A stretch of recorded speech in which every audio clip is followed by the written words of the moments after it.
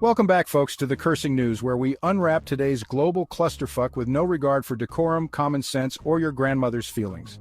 Today's edition is brought to you by the letter F, because if the world insists on being this messed up, we're going to call it like we see it. Boeing workers, bless your goddamn hearts.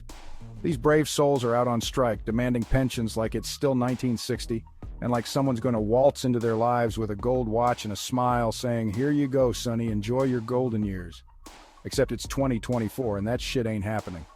Corporate promises are like Tinder dates. They sound good on paper, but they'll ghost you the moment you show up expecting commitment. Management's busy pretending like they're surprised. Oh, you want the benefits we dangled in front of you for decades? Interesting. They'll sit in their air-conditioned offices sipping artisanal coffee while the workers outside sweat through picket lines chanting slogans no one will hear. A fucking pension, as if. That's like asking for health care that doesn't cost a kidney, or hell, a world where Jeff Bezos pays taxes. But these folks keep at it, determined, because if hope were a currency, they'd be richer than Elon Musk's fantasies about Mars. But let's be real, Boeing's bean counters are already strategizing how to cut the losses. Can we replace them with AI yet? They ask, half joking. No, you corporate fucks, not yet. But give it a few years, and they'll have an AI drone running those factories, sipping on the broken dreams of union organizers. India, the land of 1,000 contradictions, has decided that turning sugar into ethanol is its new claim to eco-friendly fame.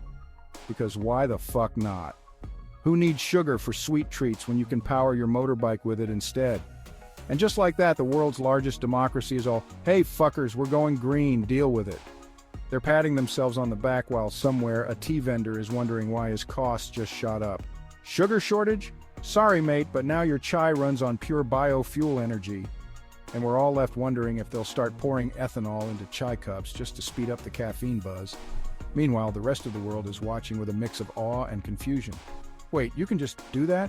What next, India? Turning potatoes into phone chargers? But hey, credit where credit's due. They're doing more for the environment than half the country's still debating whether climate change is real. And then there's this gem. Some lucky bastard in Ohio just found a dime without an S and is suddenly richer than Jeff Bezos' space cowboy dreams. Yeah, you heard right. An actual fucking dime. This guy probably spilled his morning coffee when he realized that a little flaw in a tiny piece of metal could buy him a house, a car, and maybe even a life where he doesn't have to pretend to enjoy family dinners. Look, Ma, I got a coin without a typo.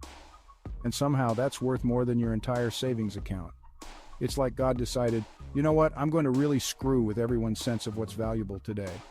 Meanwhile, those of us living paycheck to paycheck are out here scouring our change jars, hoping to find a quarter with a misshapen George Washington. This whole thing is a cosmic joke, like a giant middle finger from the universe to anyone still thinking that hard work pays off. Nope, turns out luck is real.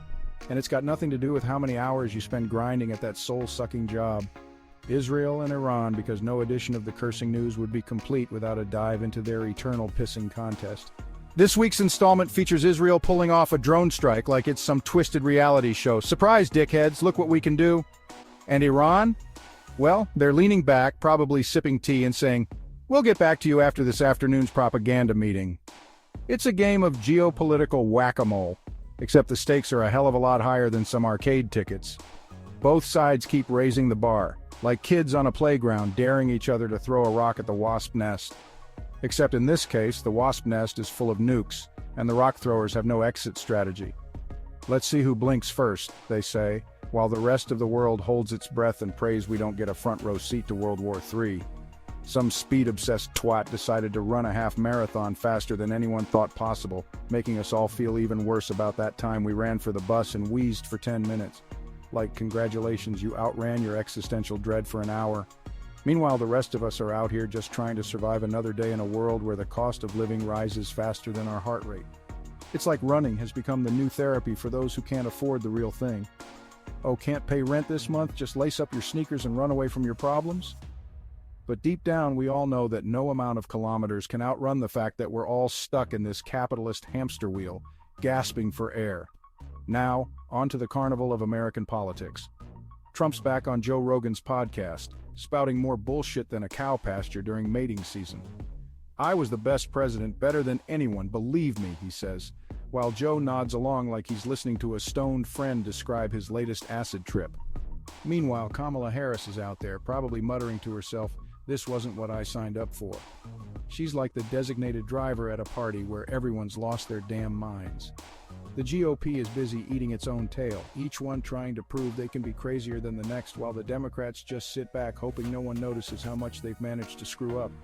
It's the ultimate reality TV show, except no one's in on the joke, and the prize at the end is a country so divided it makes the Red Sea look like a fucking puddle. Mother Nature's latest middle finger to humanity, Hurricane Milton. Yeah, they named it Milton, like some accountant who never got his chance at glory. But don't let the name fool you. Milton's out there turning Florida into his personal fucking demolition derby. Tornadoes, flooding, power outages, you name it, Milton's bringing it. It's like Florida pissed off a weather god, and now it's time to pay up. Of course, Florida's first responders are doing what they do best, saving humans, pets, and probably a few stray alligators along the way. Got a dog stuck in a tree during a Category 5? No problem. The Sunshine State might be the armpit of America, but damned if their troopers aren't out there acting like it's the apocalypse, saving everything that can bark, purr, or hiss. And that, folks, wraps up another day in the beautiful shit show we call the news. Tune in next time if we're still here and not all floating down the street in a climate change-induced flood. And remember, keep your sense of humor sharp and your sanity on standby, because in this world you're going to need both. Until next time, you magnificent bastards. Stay angry, stay informed, and for fuck's sake, stay sane.